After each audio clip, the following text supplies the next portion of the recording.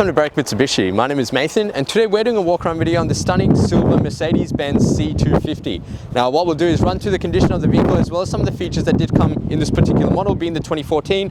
You can see it does have that slightly older shape and older look, but yet it still maintains that consistent Mercedes class. So again, we'll run through the condition of the car. So starting off at that front, you've got that big Mercedes badging right in the middle. Now being that it is glass plated, it's most likely got some sensors behind it, being for your forward collision system and some of the other safety features.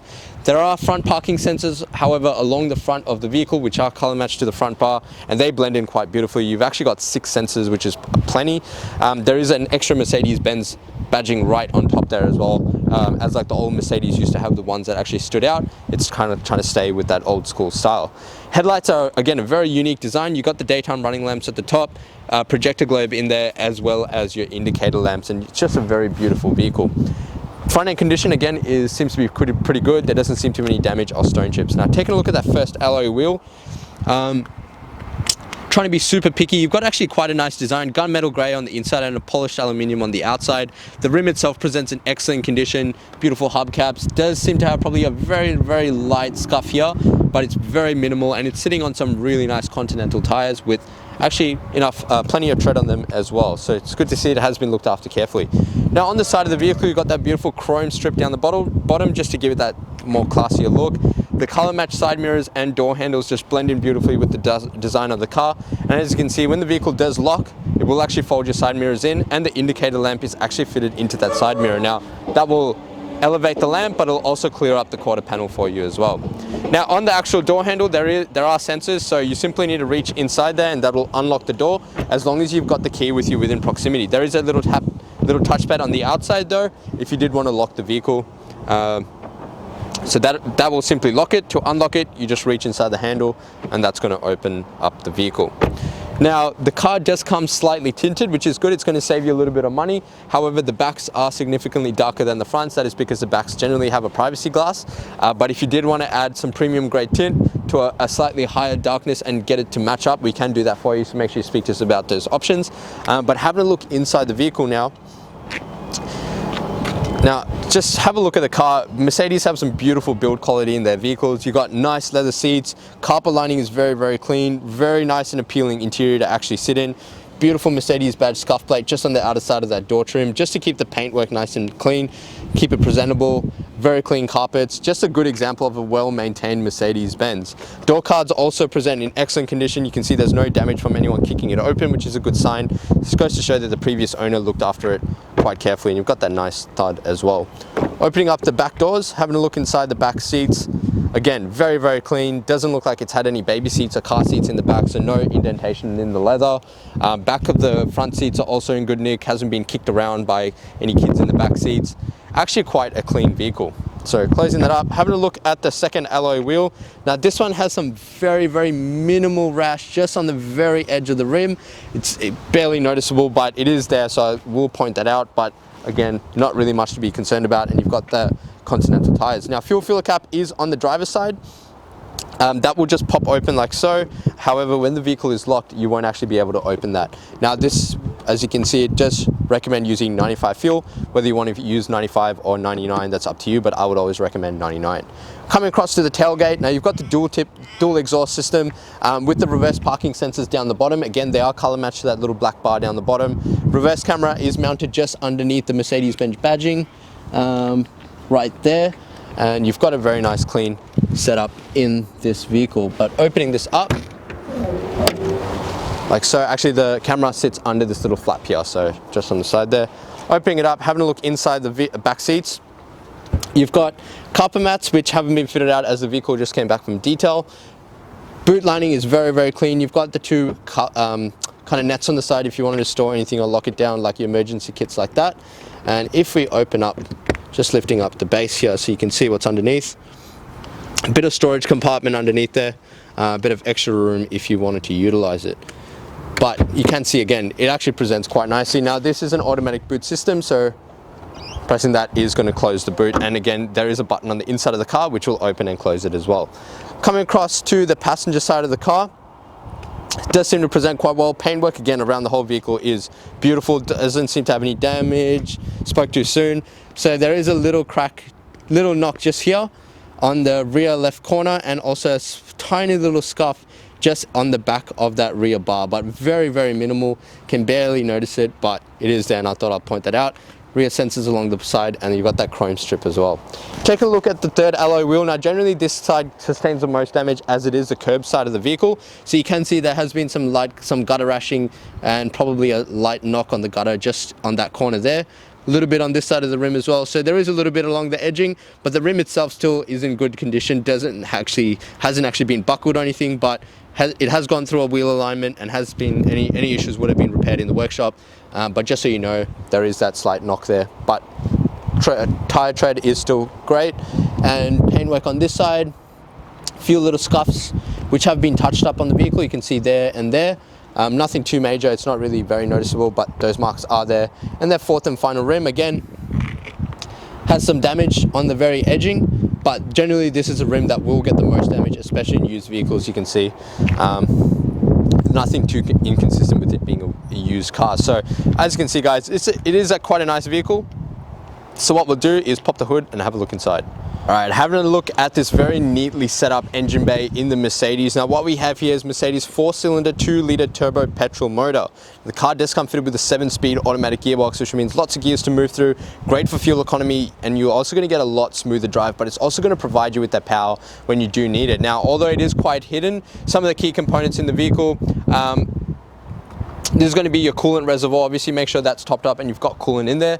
Up the top here is your battery terminal, so your positive is just going to be there, and you can put your negative right there if you do need to jump start the vehicle. And also above that is your wiper and washer fluid reservoir. Now this car does run on your premium fuel. As I mentioned before, it is a 66-litre capacity fuel tank. Would recommend 95, however 98 is probably better. It's going to have a combined fuel consumption of about 6 litres per 100, or an average fuel distance of a phenomenal 1,100 kilometers off a full tank, but that is all dependent on how you drive and how much weight you're carrying around.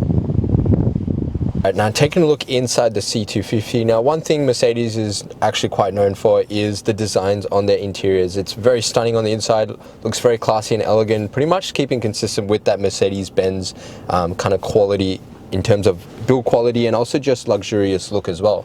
So what we'll do is try to touch on as many features as we can inside the car. However, I'm sure there's plenty of stuff in here which I might miss because I'm not an expert in Mercedes, but I will try my best to point everything out. Now starting off on the driver's side door, you've got lots of nice controls here. There is a beautiful polished aluminium plate across the driver's side door that has that quite a nicely designed speaker system in there as well, very uniquely designed. That aluminium plate still goes across the dash and again onto that driver's passenger side door. So on the driver's side door and the passenger side door, you do get at the top here are your seat controls. So unlike your traditional controls on the actual leg rest, or on the actual seat, sorry, they're located just above here. So the bottom one is going to be to move the seat forward and back.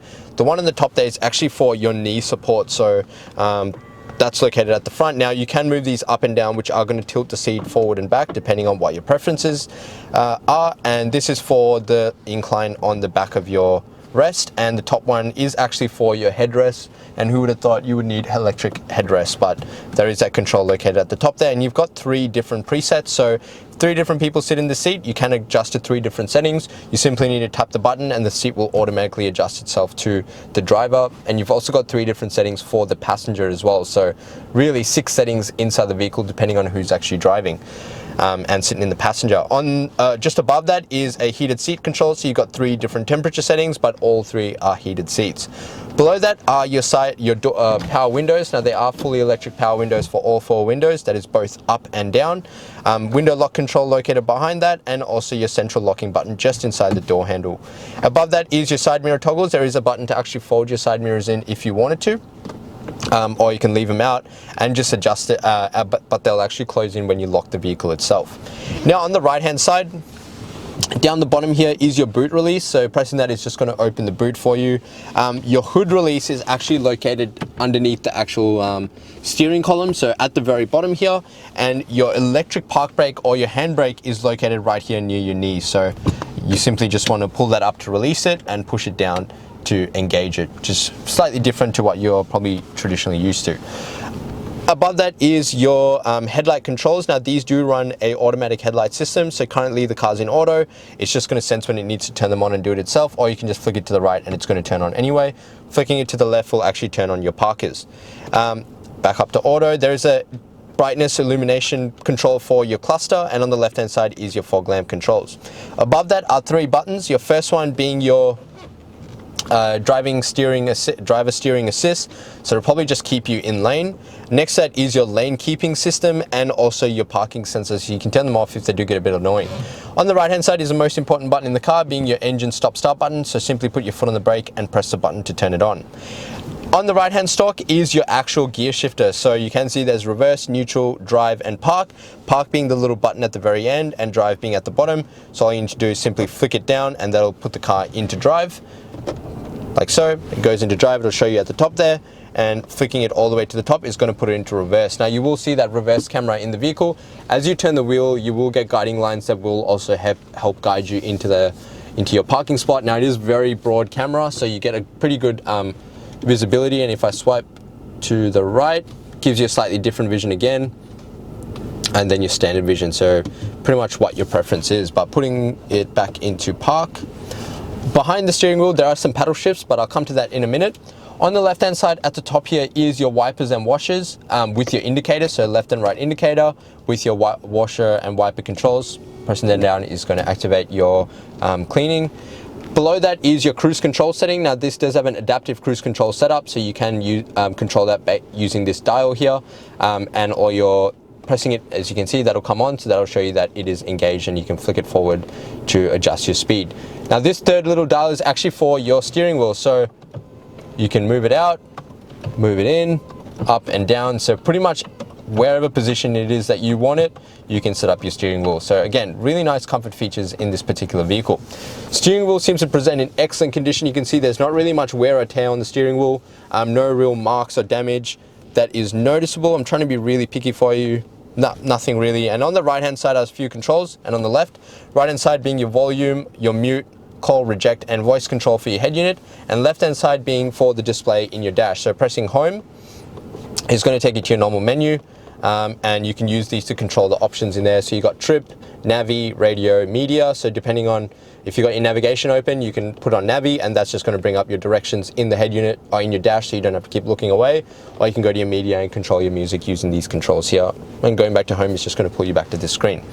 Now coming over to the entertainment system, now you've got a pretty nice head unit up here. Now it's not touchscreen, you do need to use this dial, which is located just at the very bottom here. So you've got two options. You can either use this little control here or the little dial located at the bottom. They both have the same buttons. You can see there's a back and a back, and there's a star, which is for your favorites or your home, and that's going to pull it up to this menu here. So if you can see at the top, there is navigation, radio, media, telephone and vehicle. So navigation is obviously going to be your maps, and you can see we're at 20 to 32 Kangan Drive in Berwick. Going back to the home, there is your radio, which is your AM, FM radio, digital radio. And you've also got media, which is going to be for your Bluetooth connectivity, your CD input, pretty much anything, any kind of media option that you go for, and obviously your telephone. And vehicle is going to be your vehicle information, your fuel consumption, owner's manual, vehicle settings, all those kinds of things, including your service books, will be located in that system there. Now below that, you've got 3 vents, kind of looks like a cockpit or like an airplane. All your paddles for your AC, so you get the hard buttons down here, but you can also control it through the head unit there, I believe. If I just go back to home, go into vehicle. No, sorry, so you do have to use the hard buttons down here. So you've got dual zone, driver and passenger have their own temperatures. You simply adjust it with this, but it'll display just at the very bottom there. Pressing that will actually bring up a menu. And your AC, fan speeds, etc. And this is going to be for your menu, so you can clear it up or just open up the actual menu on the dash there. So you can, yeah, so you can actually adjust it through the head unit. You just use a dial or this little button here. Below that is your CD input, and also you've got hard buttons for the entertainment system, so navi, radio, media, telephone and vehicle for your settings. Now there is a storage compartment below that with 2 cup holders, a nice generous space and a 12-volt socket. Now you can also take out this compartment if you wanted to just use it as storage, or you can keep it in there and utilize it as 2 cup holders. They are spring loaded as well. And as I was showing, these are the controls for the head unit. There is a volume control on the right, and on and off button to turn your head unit on and off, and an auto off option. So this is going to turn the vehicle off when you're stopped at the lights. Currently it's on, so it's going to use that feature, otherwise you can turn it off if you don't like it.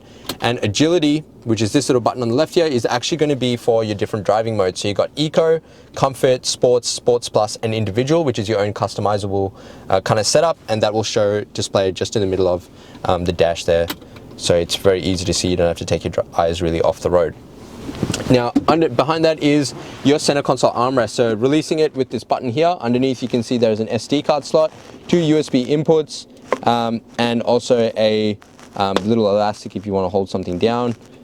Doesn't seem to be, I guess you could use that as a small storage compartment, but I don't think it's designed to be a storage compartment. But you can see it's quite a nice little design.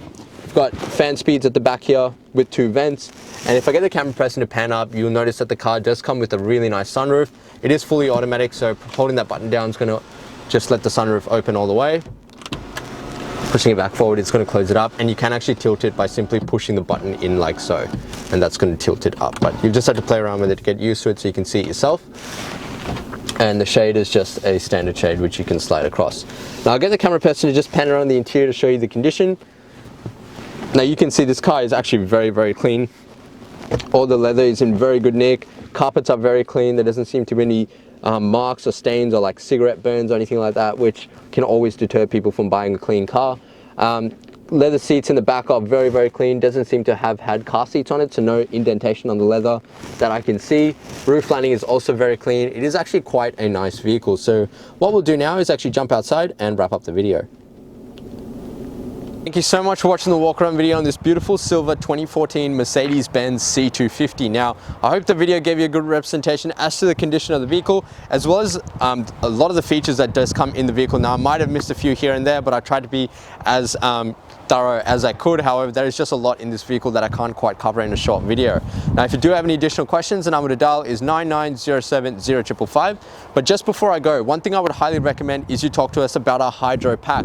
Being that this is a Mercedes, it is that premium level tint and that, premium level paint with that premium grade leather interior. You want to make sure you protect it, especially if you plan on keeping this car for a while. So make sure you talk to us about our hydro lifestyle pack, because that is going to give you a warranty on this beautiful paintwork and the interior. It's going to make it a lot easier for you to clean and maintain.